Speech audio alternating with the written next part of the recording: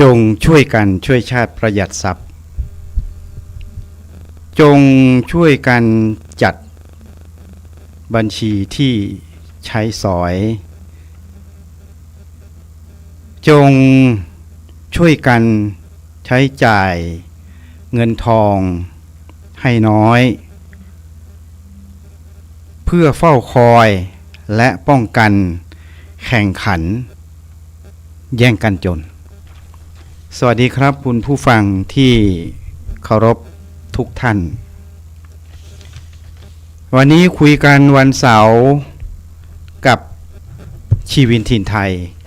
ก็ได้กลับมาพบปะรับใช้พี่น้องประชาชนทางสถานีวิทยุคลื่นพระพุทธศาสนาและวัฒนธรรมจังหวัดเชียงใหม่ FM ความถี่ 104.50 เมกะเฮิรตซ์ออกอากาศจากที่ตั้งณวัดฝายหินตำบลสุเทพอำเภอเมืองจังหวัดเชียงใหม่แล้วส่งสัญญาณไปยังเครื่องรับส่งของคุณผู้ฟังที่รับฟังกันอยู่ในพื้นที่จังหวัดเชียงใหม่ก็ดีและในพื้นที่จังหวัดใกล้เคียงรวมถึงตามพื้นที่ชนบทก็ตามเสียงนี้เสียงที่ดังรับฟังกันอยู่คุยกันวันเสาร์กับชีวินถิ่นไทยวันนี้ก็ได้กลับมาพบปะรับใช้พี่น้องประชาชนทางสถานีวิทยุแห่งนี้อีกวันเสาร์หนึ่งนะครับซึ่งเสาร์นี้ก็ถือว่าเป็นเสาร์แรกของเดือนเมษายนพุทธศักราช 2564 ซึ่งเดือนนี้ทุกท่านก็คงเป็นที่ทราบกันดีนะครับว่าถ้าพูดถึงประเพณีอันยิ่งใหญ่นะครับซึ่งประเพณีไทยของเรานั้นก็มีเยอะแยะมากมายใช่ไหมครับคุณผู้ฟังซึ่งตามพื้นที่ตามภูมิภาคตามท้องถิ่นทั่วประเทศก็มีประเพณีอันดีงามของแต่ละพื้นที่ตามจารีตตามประเพณีตามวัฒนธรรมที่ยึดถือและปฏิบัติสืบทอดกันมาอย่างยาวนานนะครับและแน่นอนนะครับประเพณีที่เกิดขึ้นในช่วงเดือนของเมษายนของทุกๆปีนั้นก็คงจะอดที่จะกล่าวถึงไม่ได้นะครับนั่นก็คือในเรื่องของประเพณีสงกรานต์นะครับสงกรานต์ก็คือประเพณีอันดีงามที่ส่งความสุข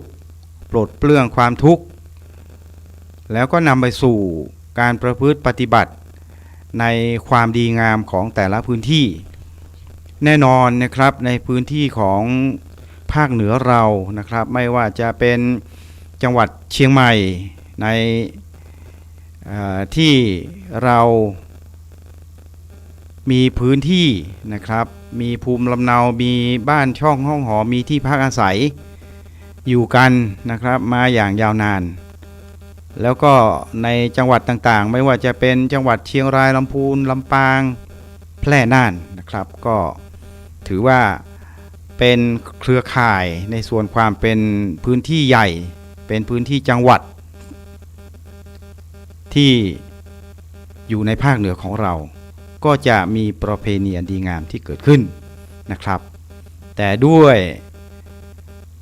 ข้อมูลข่าวสารนะครับอย่างที่เราได้รับรู้รับทราบไปในปีพุทธศักราช 2562 นะครับถ้า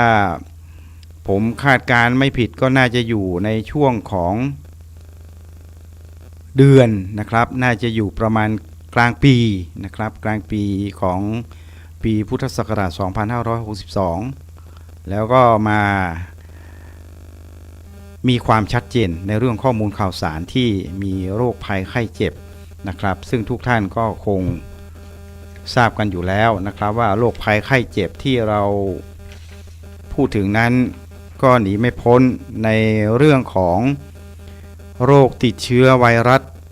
โคโรนา 2019 หรือโควิด -19 นั่นเองนะครับก็เลยทำให้ในการดำเนินนะครับตามวิถีประชานะครับรวมถึงในเรื่องของการ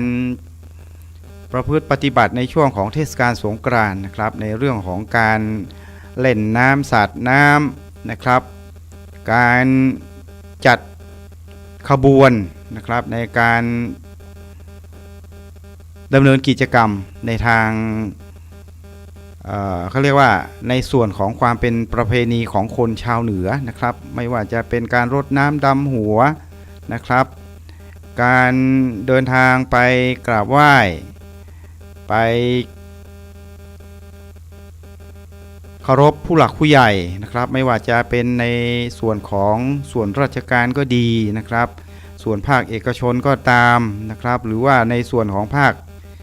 ประชาสังคม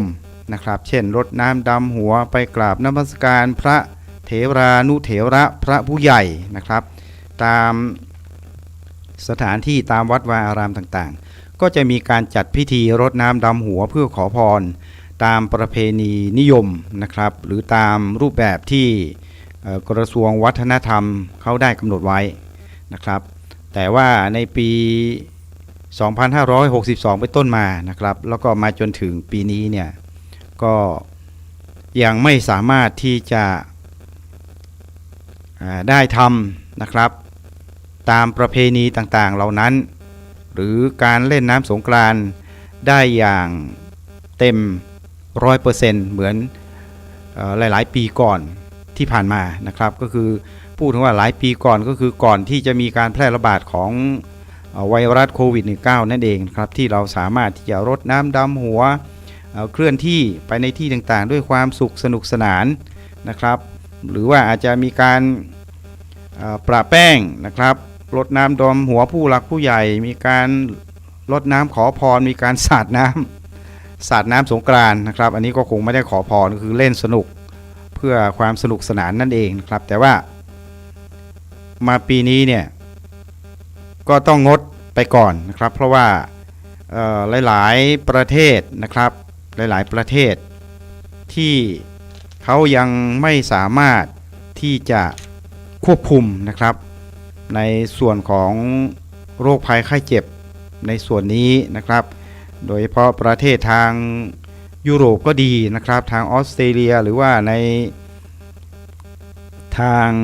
ประเทศในส่วนของแอฟริกาก็ดีนะครับหรือว่าในโซนยุโรปในส่วน EU นะครับแล้วก็แน่นอน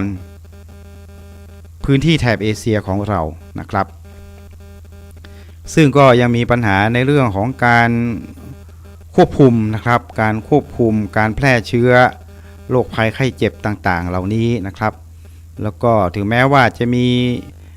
การซัพพอร์ตมีการสนับสนุนนะครับ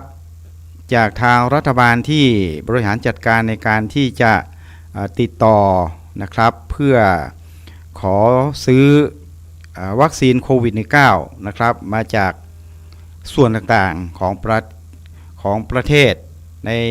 แถบยุโรปก็ดีนะครับหรือในแถบเอเชียของเราก็ตามเนี่ยนะครับเพื่อนำเข้ามาเป็นวัคซีนในการฉีดป้องกันให้กับผู้คนทั่วไปนะครับซึ่งก็ไม่ว่าจะเป็นเด็กเล็กหรือผู้ใหญ่ก็ดีเนี่ยนะครับซึ่งก็มีวัคซีนนะครับเข้ามายังประเทศไทยของเราแล้วก็เข้าไปยังในภูมิภาคในประเทศต่างๆซึ่งก็มีการดำเนินการฉีดวัคซีนกันนะครับซึ่งในประเทศไทยของเราก็มีการดำเนินการไปแล้วนะครับซึ่งในเรื่องของวัคซีนนั้นก็เป็นประโยชน์เพื่อสังคมนะครับให้กับพี่น้องประชาชนในแต่ละพื้นที่ของเราเพราะฉะนั้นในส่วนนี้ก็จะเป็นอีกส่วนหนึ่งในการควบคุมในการกำกับเพื่อลดความเสี่ยงเพิ่มประสิทธิภาพ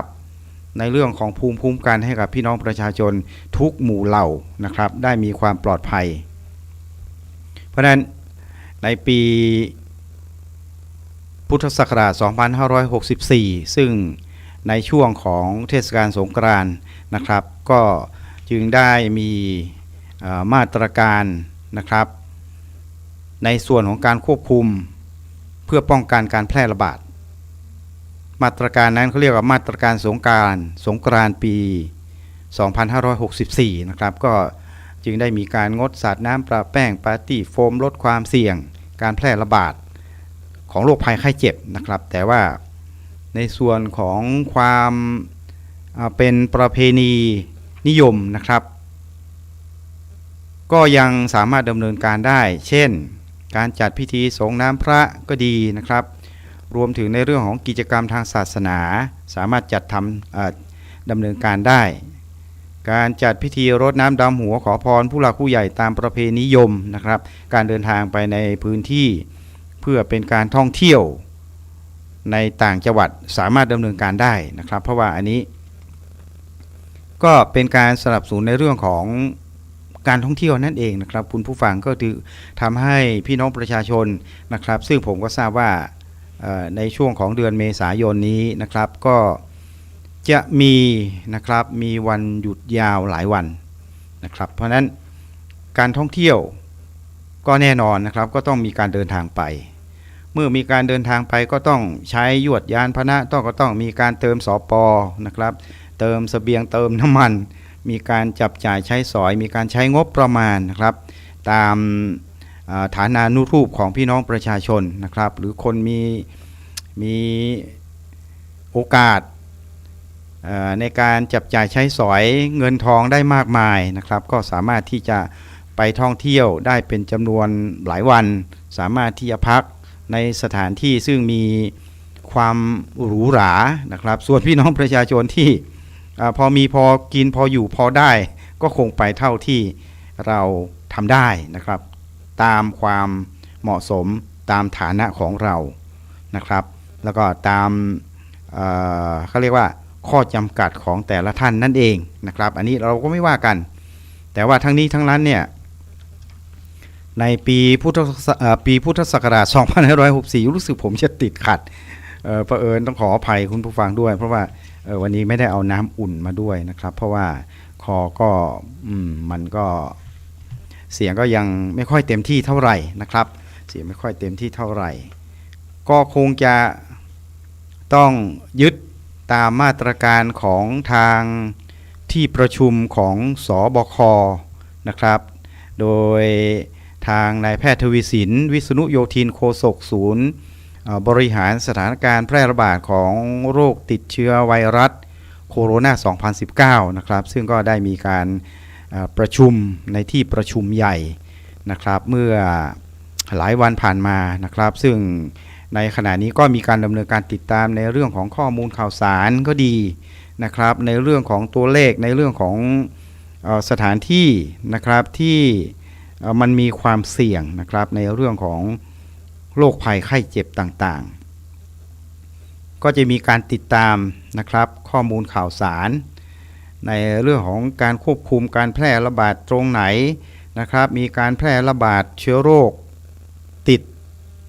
ให้กับพี่น้องประชาชนที่ติดเชื้อใหม่ก็ดีนะครับแล้วก็ส่วนที่มีการบำบัดรักษาไปแล้วก็ดีนะครับก็จะมีการติดตามตัวเลขต่างๆเหล่านี้นะครับซึ่งก็ตัวเลขย้อนหลังกลับไปเมื่อวันที่2เมษายนพุทธศักราช 2564 นะครับก็มีตัวเลขในส่วนของเดี๋ยวนะครับผมจะย้อนกลับไปดูตัวเลขสักหน่อยนะครับก็จะมีตัวเลขอยู่นะครับเป็นข้อมูลของวันที่2นะครับของวันที่2วันนี้วันที่3เมษายนแล้วนะครับคุณผู้ฟังตัวเลขของผู้ป่วยรายใหม่นะครับในวันนี้ก็คือวันที่2ที่ผ่านมาเนี่ย58รายนะครับแล้วก็ผู้ป่วยสะสมทั้งหมด 28,947 รายนะครับแล้วก็หายป่วยแล้วนะครับอันนี้พูดถึงสถานการณ์โควิด -19 ในประเทศไทยของเรานะครับก็มีผู้ที่หายป่วยไปแล้วนะครับ 27,606 รายนะครับแล้วก็มีตัวเลขยอดของผู้เสียชีวิตนะครับที่เป็นตัวเลขสะสมไว้94รายนะครับ94รายเพราะฉะนั้นก็จะเห็นว่าผู้ป่วยนะครับ ที่จะเพิ่มเข้ามาใหม่นะครับก็ยังคงมีอยู่นะครับเป็นเลขหลักหลายสิบนะครับคุณผู้ฟังหลักหลายสิบคือถ้าหลัก10เนี่ยก็คือ1 2 3 4 5 6 7 8 9 10ถ้าหลักหลาย10เนี่ย58รายนี่ก็คือมันก็เกินครึ่งร้อยไปแล้วนะครับเพราะฉะนั้นก็ยังถือว่าในภูมิภาคทั่วประเทศไทยของเราเนี่ยก็ยังมีนะครับยังมีอะไรล่ะก็ยังมีพื้นที่ที่มีจุดเสี่ยงยังมีความเสี่ยงอยู่นะครับหลายๆพื้นที่ดังนั้นในการเดินทางนะครับของพี่น้องประชาชนที่จะไปท่องเที่ยวนะครับตามที่มาตรการของทางรัฐบาลบอกว่าสามารถที่จะเดินทางนะครับข้ามจังหวัดไปในพื้นที่ต่างๆก็ต้องแน่นอนนะครับสงกรานต์สุขใจขับขี่ปลอดภัยห่างไกลโควิดเราก็ต้องทำอย่างไรล่ะครับเราก็ต้องไม่ควรจะเข้าไปในสถานที่นะครับซึ่งมันมีความเสี่ยงนะครับความเสี่ยงต่ออะไรก็คือความเสี่ยงซึ่งจะเป็นภัยนะครับต่อสุขภาพของเรานั่นเองนะครับซึ่งทุกท่านก็คงทราบกันดีอยู่แล้วนะครับว่าในหลายๆพื้นที่ทั่วประเทศไทยของเราเนี่ยไม่ว่าจะเป็นกรุงเทพพระมหานครก็ดีเนี่ยก็ยังมีบางพื้นที่นะครับที่เราไม่ควรที่จะเข้าไปนะครับไม่ควรที่จะเข้าไปเสี่ยงนั่นเองนะครับคือไปทำภารกิจต่างๆนะครับก็ควรจะไม่ควรอยู่นานไม่ควรไปพลุกพล่านไปคลุกคลีนะครับประการสำคัญเนี่ยเราก็ต้องสวมผ้าแมสนะครับในการที่จะป้องกันนะครับเรื่องโรคภัยไข้เจ็บตามที่ได้กล่าวไปนะครับต้องอย่ากาดตกนะครับต้องติดตัวอยู่ตลอดเวลาเพราะว่าโรคภัยไข้เจ็บนั้นโรคที่สามารถรักษาได้นะครับมียารักษาได้หรือว่าหายไปได้ด้วยตนเองเนี่ยอย่างนี้นะครับเราก็ไม่จำเป็นต้องพบแพทย์เพราะว่ามันรักษาหายเองไปได้หรือว่าโรคภัยไข้เจ็บบางชนิดบางโรคต้องพบแพทย์นะครับยกตัวอย่างเช่นปวดหัวตัวร้อนนะครับหรือว่าปวดท้องนี่อาจจะเป็นท้องอืดเฟ้อเรอเหม็นเปรี้ยวก็ดีหรืออาจจะเป็นโรคกระเพาะอาหารอะไรก็ตามเนี่ยอันเนี้ยยาบำบัดรักษาแล้วก็หายนะครับนอกจากนั้นแล้วก็มีโรคที่กินยาก็ดีนะครับรักษาก็ตามไม่หายนะครับอย่างนั้นเนี่ยอันนั้นเราก็คงทราบกันอยู่แล้วนะครับไม่ว่าจะเป็นโรค HIV นะครับเมื่อก่อนนี้โด่งดังช่วงหลังมานี้ก็เงียบๆไปแต่ว่าพี่น้องประชาชนที่ฟังรายการอยู่ในขณะนี้ก็ไม่ควรกัดตกเช่นกันนะครับไม่ควรกัดตกก็หมายความว่าอย่างไรก็เวลาคุณผู้ฟังที่จะมีเพศสัมพันธ์กับบุคคลอื่นใดก็ดีเนี่ยที่ไม่ใช่สามีภรรยานะครับในครอบครัวของตัวเองเนี่ยเราก็ต้องสวมปลอกป้องกันนะครับ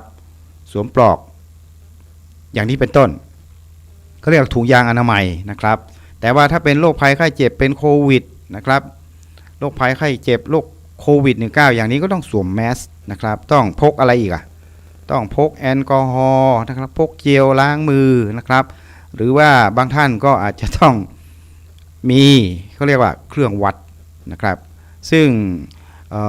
ผู้ดำเนินรายการเองก็มีนะครับแต่ไม่ได้พกพาเราก็ใช้อยู่ที่บ้านช่องห้องหอของเรานะครับในการที่จะใช้ตรวจวัดไข้ผู้คนที่เข้ามาเยี่ยมเยียนเราซึ่งเป็นคนแปลกหน้านะครับเราก็สามารถที่จะขอโทษนะครับขออนุญาตวัดไข้หน่อยอย่างนี้เป็นต้นนะครับเพราะว่าแน่นอนเวลาคุณผู้ฟังไปในสถานประกอบการอะไรต่างเนี่ยนะครับเช่นไปตามห้างสรรพสินค้านี่เขาจะมีเจ้าหน้าที่นะครับหรือว่าเดี๋ยวนี้นี่ตามท้องตลาดนัดเนี่ยพัฒนาขึ้นมาแล้วนะครับเมื่อก่อนเนี่ยเราไปเนี่ยต้องมีคนวัดไข้วัดไปวัดมาเนี่ยวัดจนแขนอ่อนนะครับเพราะว่าคนไปเที่ยวตลาดนัดเนี่ยอย่างเช่นผมยกตัวอย่างนะครับตลาดนัดสักแห่งหนึ่งเช่นตลาดนัดวันเสาร์นะครับที่ถนนคนเดินสันกำแพงนี่นะครับหน่วยงานภาคท้องถิ่นเขาก็จะมีการจัดพนักงานเจ้าหน้าที่เนี่ยมาควบคุมดูแลมีบัญชีให้ลงรายชื่อเบอร์โทรนะครับ มีเจลสำหรับฉีดพ่นไปที่หลังมือง่ามมือนิ้วมือฝ่ามืออะไรก็แล้วแต่ก็ยังมีเครื่องวัดที่ไม่ต้องให้คนมากดตูดแล้วก็มาจ่อที่หน้าผากของเรานะครับเพราะว่ามันจะมีเครื่องรุ่นใหม่ที่เราสามารถที่จะใช้ฝ่ามือก็ดีนะครับหรือใช้หน้าผากเนี่ยเข้าไปแนบห่างประมาณสักนิ้วครึ่งหรือไม่เกิน2นิ้วเนี่ยเครื่องก็จะทำงานทันทีดังตูดนะครับแล้วบางทีก็มีเสียงแล้วก็พร้อมตัวเลขที่จะขึ้นมานะครับเช่นผมเอายื่นหน้าผากเข้าไปเช่นผมไปเที่ยวที่ตลาดนัดถนนคนเดินสังกะแพงทุกวันเสาร์เนี่ยนะครับวันนี้ก็วันเสาร์ด้วยนะครับวันนี้ก็ดูก่อนว่าจะไปดีไม่ดีเพราะว่าดูสภาวะดินฟ้าอากาศเนี่ยเดี๋ยวคงได้คุยกันนะครับในเรื่องของสภาวะดินฟ้าอากาศเราก็เอาหน้าผากของเราไปจ่อนะครับห่างสักนิ้ว2นิ้วเนี่ยมันก็จะดังตูดเราก็จะรู้ละเพราะฉะนั้นในขณะนี้เนี่ยในยุคของโรคภัยไข้เจ็บเนี่ยถ้าเราไม่คิดติดลบกับค่านิยมนะครับหรือความคิดยึดติดกับความคิดเก่าๆเนี่ยเปิดใจบ้างนะครับคุณผู้ฟังเปิดใจบ้างเปิดใจให้กว้างเพื่อรับสิ่งใหม่ๆนะครับสิ่งใหม่ๆตรงนี้เนี่ยผมก็พูดถึงหมายถึงการอัปเกรดปรับชีวิตของเรานะครับซึ่งวันนี้ก็คงมีเรื่องราวที่เราจะมาพูดกันนะครับนั่นก็คือคอผอปอนะครับคอผอปอจะเป็นอย่างไรเดี๋ยวรอสักครู่นะครับคอก็คือคอควายผอก็คือผอพึ่งนะครับแล้วก็ปอปลานะครับปอปลาจุดเนี่ยมันคืออะไรคอผอปอรอสักครู่นะครับเพราะฉะนั้นก็คือหมายความว่าในยุคของสังคมปัจจุบันเนี่ยสิ่งที่เราต้องทำให้ได้นะครับต้องเน้นคำว่าต้องทำให้ได้ต้องทำให้ได้ก็ต้องทำให้ดีนะครับก็คือการปรับตัวให้เข้ากับสถานการณ์ยุคใหม่นะครับเขาเรียกว่ายุค New Normal นะครับก็คือดีกว่าเดิมนะครับดีกว่าเดิมมั่นใจกว่าเดิมเจริญกว่าเดิมนะครับแล้วก็ต่อเติมเสริมแต่งในเรื่องของวัฒนธรรมวิถีประชาสังคมของเรานั้นให้มันอย่างไรก็คือให้มันเป็นไปตามสถานการณ์นะครับเราไม่ได้ไปขัดขวางสถานการณ์แต่ว่าเราก็ต้องเดินไปนะครับบางทีเราก็อาจจะต้องโดยสารนะครับโดยสารพาหนะอะไรครับ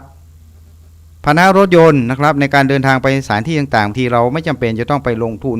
ซื้อรถลามาช้างเยอะแยะมากมายราคาสูงลิ่วนะครับอันนี้คือโดยสารรถยนต์แต่สิ่งที่ผมกำลังพูดให้กับ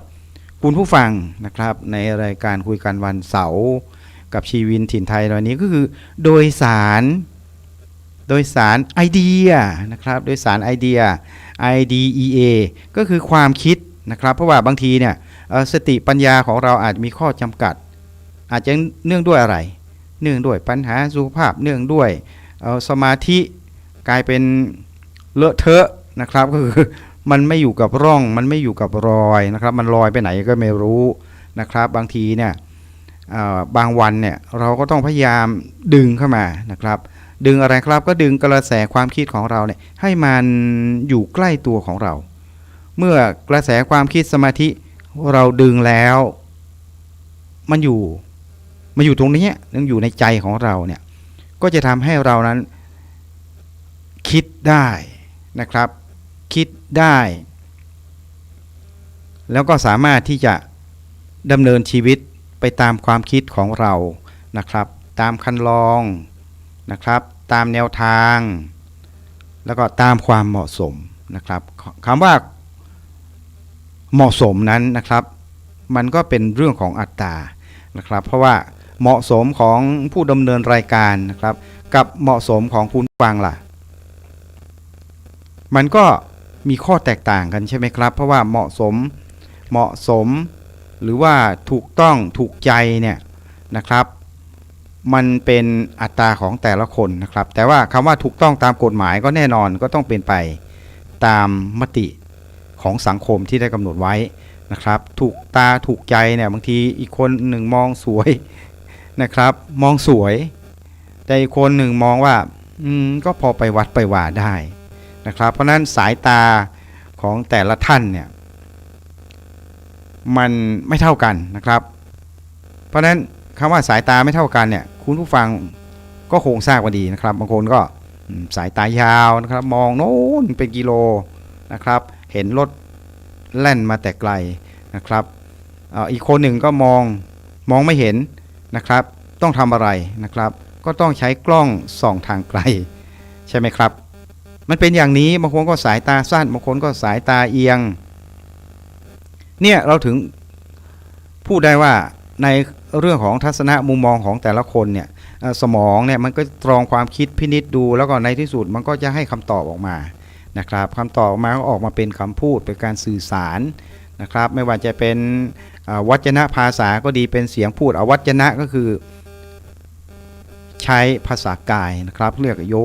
โชวัตยูมีนนะครับสมัยผมได้อยู่ใน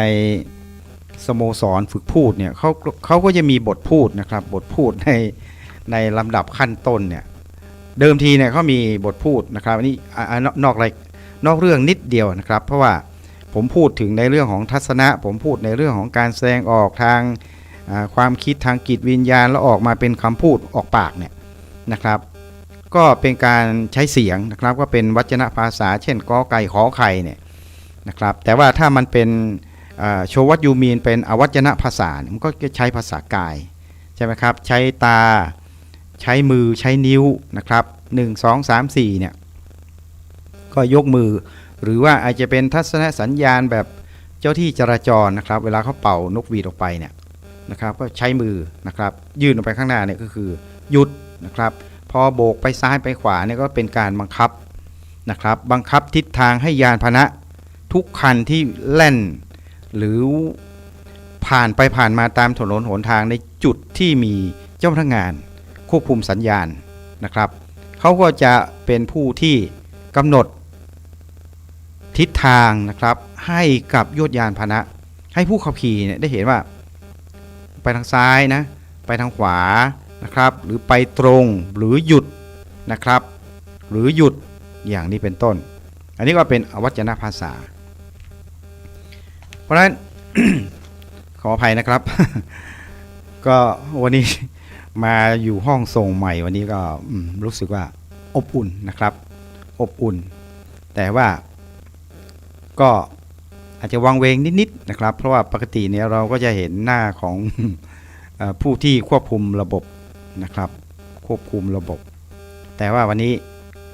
ห้องมันโตขึ้นนะครับคุณผู้ฟังก็หลายท่านที่เข้ามาจัดรายการนี่เมื่อสักครู่ถามท่านพระอาจารย์วิสุวัตรแล้วผมเป็นลำดับที่4นะครับเป็นลำดับที่4ลำดับที่1ก็มาตั้งตี4ตี5ตี6 เพื่อจะมาดูห้องส่งแล้วก็ทำหน้าที่กันไปก่อนนี้ผมก็พูดถึงในเรื่องของวจนะภาษาซึ่งก็มันก็เป็นในส่วนของการแสดงออกนะครับในสังคมของเรานะครับเพราะนั้นการปรับตัวนะครับการปรับตัวตามยกระดับในยุคของ New Normal นั้นก็เป็นสิ่งที่ดีนะครับในการที่เราจะได้ยกระดับความคิดจิตวิญญาณของเราเพื่อนำไปใช้ในสังคมปัจจุบันนั่นเองนะครับเพราะนั้นก็ปีนี้ก็อดทนเอาไว้อีกสักปีหนึ่งนะครับในส่วนของพี่น้องประชาชนที่ฟังรายการอยู่ที่ยังมีความเขาเรียกว่าความกระหายหิวในการดับร้อนผ่อนกระหายหิวไปท่องเที่ยวไปเล่นน้ำสงกรานต์อย่างที่เราเคยปฏิบัติกันมานะครับเราก็ลองมานึกดูว่าปี2562เราไม่ได้เล่นสงกรานต์นะครับเราก็มีความสุขนะครับเราก็ลองไปนึกถึงภาพตอนนั้นนะครับว่าให้เราผ่านมาได้จนถึงปี2564เนี่ยเราก็ผ่านความเงียบที่ไม่มีรถลาที่เราเห็นมีกระป๋องฉีดน้ำนะครับมีปืนฉีดน้ำเนี่ยเราไม่เห็นมาตั้งแต่ปี2563แล้วใช่ไหมครับเพราะฉะนั้นปี2564ปีนี้เราก็อดทนไปอีกสักปีหนึ่งนะครับก็ลองอดทนดูนะครับเผื่อที่ว่าสถานการณ์ต่างๆเพราะว่าตอนนี้เราก็มีอะไรครับเราก็มีวัคซีนนะครับมีวัคซีนเข้ามาเนี่ยหลายล้านโดสนะครับที่เข้ามาเพื่อที่จะนำมาเป็น ตัวช่วยนะครับในการที่จะฉีดเพื่อสร้างภูมิคุ้มกันให้กับพี่น้องประชาชนของเราเนี่ยได้มีความปลอดภัยในด้านสุขภาพร่างกายนะครับแล้วก็เมื่อมีวัคซีนแล้วเราก็ไม่ควรที่จะอะไรครับก็ไม่ควรที่จะกาดตกใช่ไหมครับก็เราก็ไม่ควรจะไปเสี่ยงไม่ใช่ว่าฉันฉีดวัคซีนมาแล้วเข็มที่1ก็ดีเข็มที่2ก็ดีไม่มีปัญหาในเรื่องของการต่อต้านนะครับโอ้เราปลอดภัยละเราไปโน่นไปนี่เราไม่สวมแมสเราไม่ล้างมือเราไม่พกเจลเราไปในสถานที่เราอยากไปนะครับพูดถึงว่าอยากไปเนี่ยก็ไม่ได้คำนึงถึงว่าอ้าวอันนี้มันจังหวัดอะไรเนี่ยจังหวัดสมุทรสาครนี่ว่านะครับก็ยังเป็นพื้นที่ที่ไม่ปลอดภัยนะครับไม่ปลอดภัยทั้งผู้นำจังหวัดนี่ก็ท่านผู้ว่าก็เพิ่งออกมาจากการพักรักษาตัวนะครับก็ตอนนี้ก็ถือว่าท่านผู้ว่าสมุทรสาครก็ปลอดภัยแล้วนะครับขออภัยที่ไม่ได้เอ่ยนามนะครับก็เราก็ถือว่าพื้นที่ตรงนี้ก็ยังมีความเสี่ยงนะครับเพราะว่าหลายๆพื้นที่เนี่ยทั้งฝ่ายรัฐก็ดีเนี่ยนะครับก็จะมีในส่วนของรัฐมนตรีที่เกี่ยวข้องเกี่ยวกับกระทรวงที่เกี่ยวข้องต่างๆนะครับเขาก็จะไปติดตามข้อมูลข่าวสารนะครับไปติดตาม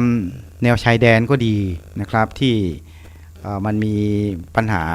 นะครับอย่างที่ประเทศเมียนมาเนี่ยนะครับก็มีผู้หลบหนีภัยอะไรต่างๆเนี่ยก็จะมีเจ้าที่ทางการเนี่ยเข้าไปดูแลสถานการณ์นะครับเช่นอาจจะนำวัคซีนไปฉีดให้เจ้าหน้าที่ของรัฐนะครับที่ต้องมีความเสี่ยงในการดูแลผู้อพยพหลบหนีภัยต่างๆนะครับเพราะนั้นก็แสดงว่าตอนนี้เราก็มีภูมิคุ้มกันในส่วนของวัคซีนแล้วนะครับแต่ว่าสิ่งที่เราจะต้องปฏิบัติไม่กาดตกนั้นก็คือวัคซีนที่เป็นวิถีชีวิตปกตินะครับก็คือสวมแมสออกนอกบ้านนะครับอย่าประมาทอย่ากาดตกพกเจลพกแอลกอฮอล์นะครับผ้าเนี่ยอาจจะพกสักผืน2ผืนก็แล้วแต่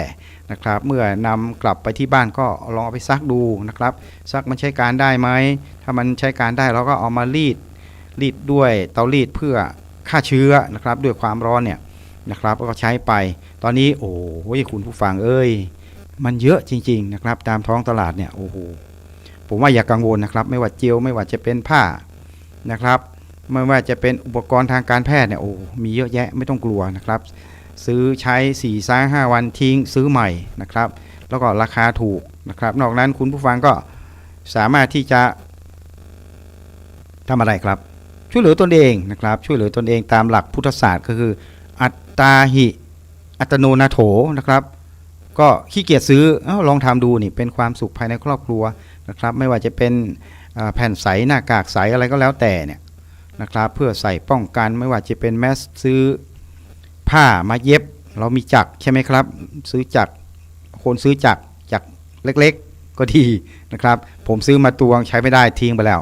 นะครับจักรเย็บผ้าขนาดใหญ่นะครับซื้อผ้ามาทำลองเช็คเข้าไปใน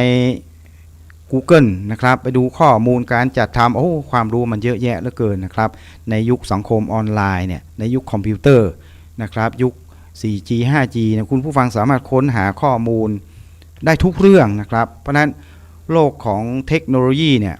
เป็นสิ่งที่อยู่ใกล้ตัวนะครับความรู้ของเราไม่ต้องพกตำรานะครับมีทุกอย่างมีภาพมีหนังมีภาพยนตร์มีข้อมูลข่าวสารมีวิธีการเยอะแยะมากมายนะครับไม่ว่าจะเป็นในเรื่องของการเพาะปลูกก็ดีการเกษตรก็ตามเนี่ยมีความรู้ทางด้านเกษตรมีความรู้ในด้านสังคมมีความรู้ในเรื่องของทางรัฐศาสตร์นะครับนอกจากนั้นก็มีความรู้ในเรื่องของการแพทย์นั่นเองนะครับในเรื่องยุกยานะครับด้านอายุรกรรมก็ดีด้านโภชนาการก็ตามมีเยอะแยะความรู้นะครับเพียงแค่เราคลิกเข้าไปดูนะครับ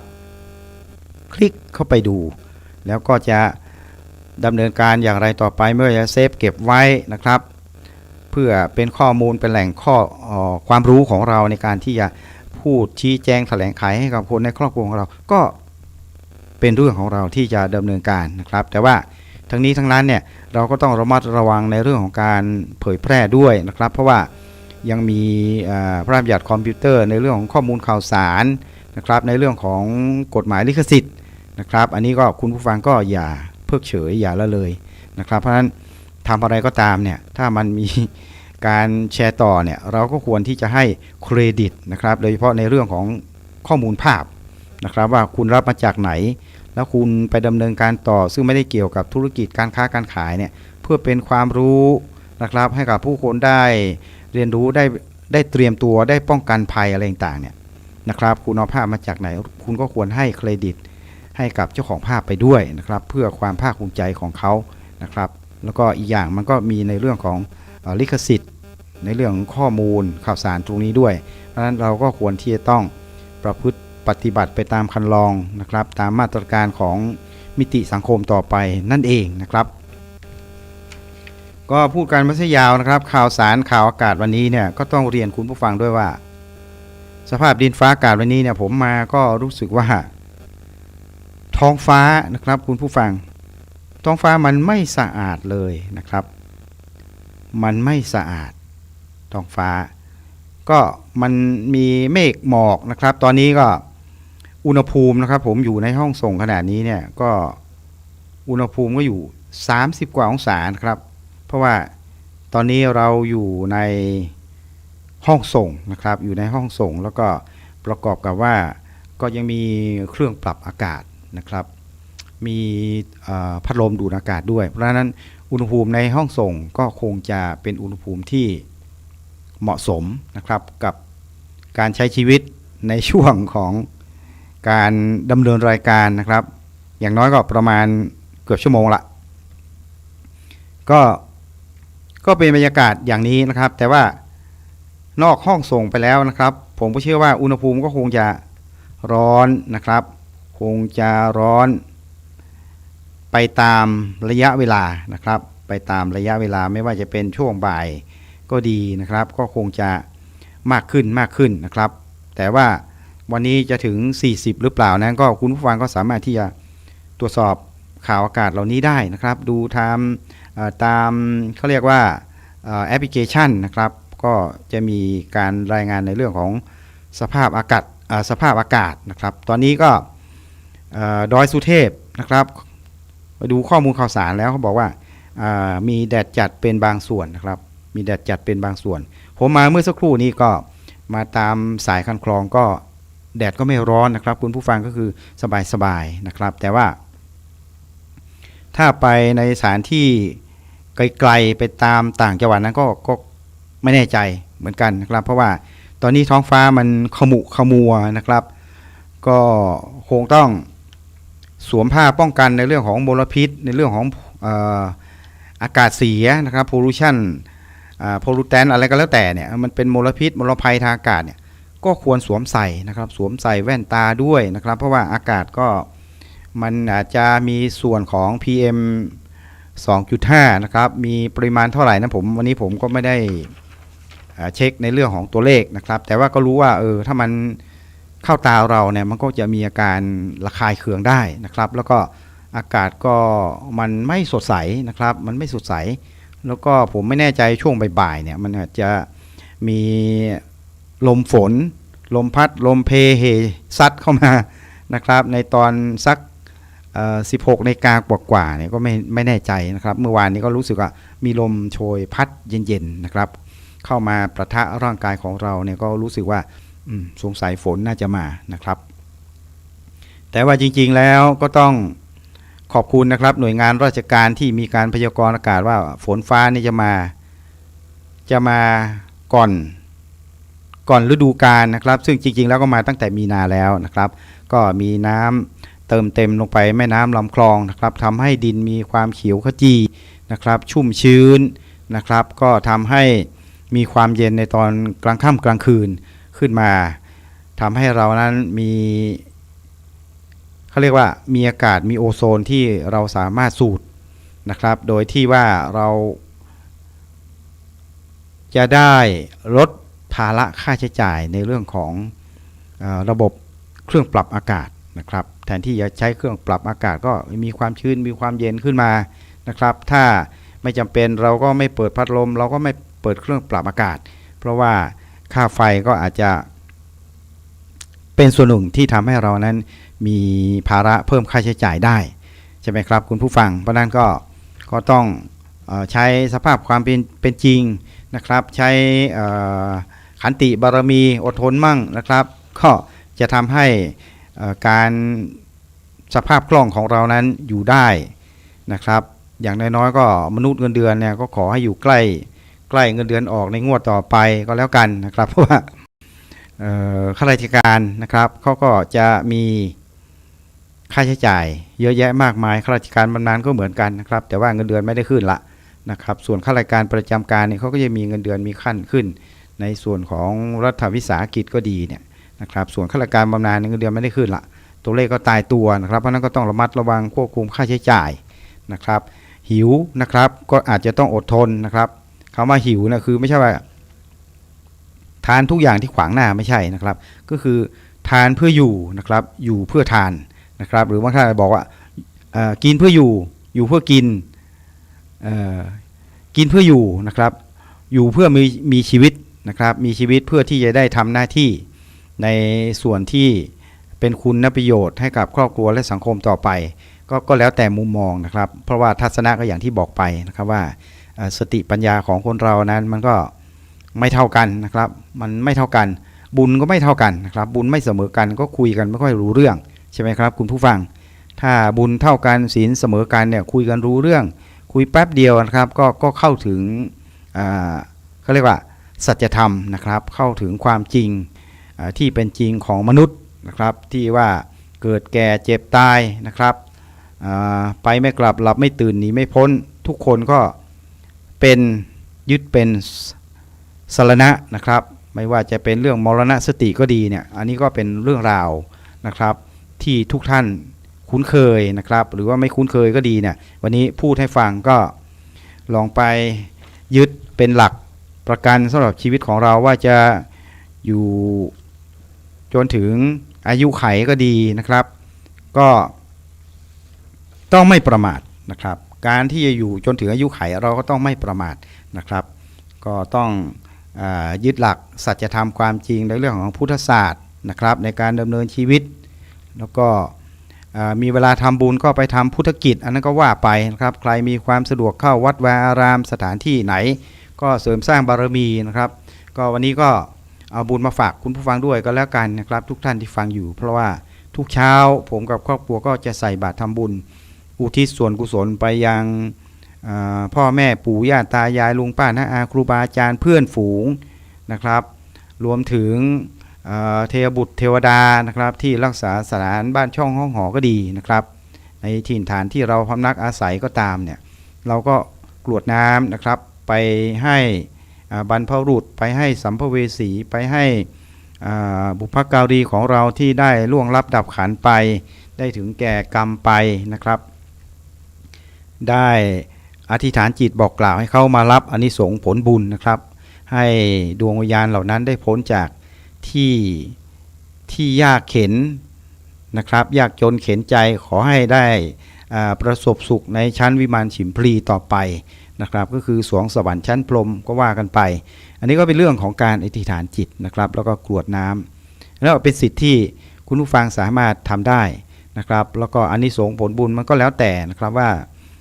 เราใส่บาตรทุกวันก็เหมือนกับการทำบุญนะครับวันละบาท2บาทวันละบาท2บาทนะครับเมื่อนานครั้งนานวันหลายเดือนหลายปีนะครับเป็น10ปีเนี่ยเงินที่เราสะสมบุญวันนั้นมันก็จะทยอยเป็นพระนาบุญยิ่งใหญ่มหาศาลนะครับถ้าเป็นเงินเป็นทองเป็นงบประมาณนะครับมันก็จะกลายเป็นอะไรครับเป็นเงินกองมหาศาลเป็นเงินล้านในช่วงระยะเวลาที่เราเดินมาอย่างยาวนานนะครับก็เป็นผลบุญทำให้เรานั้นมีบุญหนุนนำนะครับมีทรัพย์หนุนชีวิตในการที่จะต่อบุญต่อการสร้างสรรค์สิ่งที่ดีความดีงามให้กับชีวิตและครอบครัวสืบไปนะครับอันนี้ก็เป็นเรื่องราวที่เราต้องประพฤติปฏิบัตินะครับแต่ว่าต้องทำนะครับก็ต้องพูดว่าต้องทำนะครับไม่ว่าทำมากทำน้อยก็ดีต้องทำนะครับเหมือนก็มีเงินทองเนี่ยต้องเก็บนะครับจะเก็บน้อยเก็บมากเก็บอะไรก็แล้วแต่ ต้องเก็บนะครับบุญจะทำมากทำน้อยทำเยอะทำมากมายทำอะไรก็ดีต้องทำนะครับถ้าไม่ทำล่ะก็ไม่มีบุญเงินทองล่ะนะครับมีบำนาญมีเงินเดือนเท่าไหร่10,000 20,000ใช้จ่ายหนี้สินไปแล้วต้องเก็บไว้หรือเปล่าต้องเก็บไหมหรือว่าจ่ายให้หมดครบเดือนนะครับก็พูดได้ว่าต้องเก็บนะครับเก็บอย่างไรเก็บเล็กผสมน้อยนะครับก็ค่อยๆบรรจงนะครับอย่าจ่ายลงให้มากจะยากนาน นะครับก็คุยกันสไตล์ชีวินถิ่นไทยก็เป็นไปอย่างนี้นะครับอันนี้ก็เรื่องข่าวอากาศก็ต้องบอกคุณผู้ฟังว่าดินฟ้าอากาศก็ยังไม่ค่อยดีนะครับนอกจากนี้เนี่ยผมก็ขอบคุณนะครับในส่วนของทางเจ้าที่นะครับกรมชลประทานเขื่อนแม่งัดด้วยนะครับตอนนี้ก็มีน้ำปล่อยลงมาเพื่อให้พี่น้องประชาชนนี่นะครับได้ลงไปอาบน้ำนะครับลงไปอาบน้ำนะครับคุณผู้ฟังเพราะตอนนี้มีสถานที่อาบน้ำตามแม่น้ำปิงนะครับเขาไม่ได้ไปเล่นนะครับเขาลงไปอาบน้ำนะครับบางท่านก็พกสบู่พกแชมพูนะครับไปด้วยสระผมอาบน้ำนะครับแล้วก็เช็ดเนื้อเช็ดตัวแต่งตัวกลับบ้านนะครับก่อนกลับบ้านก็ทานส้มตำนะครับทานปลาเผาเพราะว่ามันมีมาหมดแล้วครับไปทางด้านที่เหนือนี่ไม่ว่าทางแม่ริมแม่แตงนะครับโน่นไปจนถึงเขตเชียงดาวนะครับเชียงดาวก็แถวตำบลแม่นะนะครับแต่ตรงไหนอย่างไรผมก็ไม่ได้ไปดูนะครับแต่ก็รู้ว่าน้ำมันรู้สึกว่ามันก็แสดงว่าต้องมีการตุนน้ำนะครับอาจจะเป็นฝายน้ำล้นหรือเปล่าไม่รู้นะเพราะว่าผมก็ไม่ได้ไปดูนะครับคือเขาก็ทำสถานที่อาบน้ำนะครับ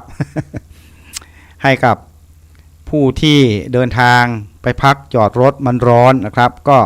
ถอดเสื้อผ้านะครับก็ไม่ถึงกับอุจจาระบาดตานะครับก็ใส่เสื้อผ้าบางๆนะครับกางเกงขาสั้นก็ลงไปอาบน้ำทาสบู่สระผมนะครับเพราะน้ำมันเย็นฉ่ำนะครับเสร็จแล้วก็ขึ้นมาทานอาหารการกินกับครอบครัวนะครับเพราะนั้นก็จะมีสถานที่อาบน้ำนะครับตามลำแม่น้ำปิงนะครับหลายแห่งก็คุณผู้ฟังก็ไปเที่ยวกันดูนะครับแต่ว่าก็ต้องบอกเลยนะครับว่าในการเดินทางไปยังสถานที่ต่างๆนะครับต้องระมัดระวังนะครับระมัดระวังอะไรครับแล้วก็ระมัดระวังในเรื่องของอุบัติภัยนะครับบนท้องถนนนั่นเองนะครับเพราะว่าเมื่อวานเนี่ยนะครับมันก็มีข้อมูลนะครับเดี๋ยวผมจะเปิดให้คุณผู้ฟังดูในเรื่องของตัวเลขนะครับ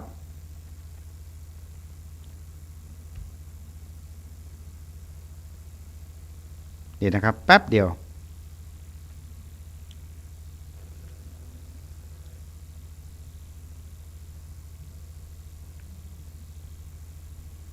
ผมตอบไลน์แป๊บเดียวนะครับ พอดีก็มีการประสานงานทางระบบไลน์กับ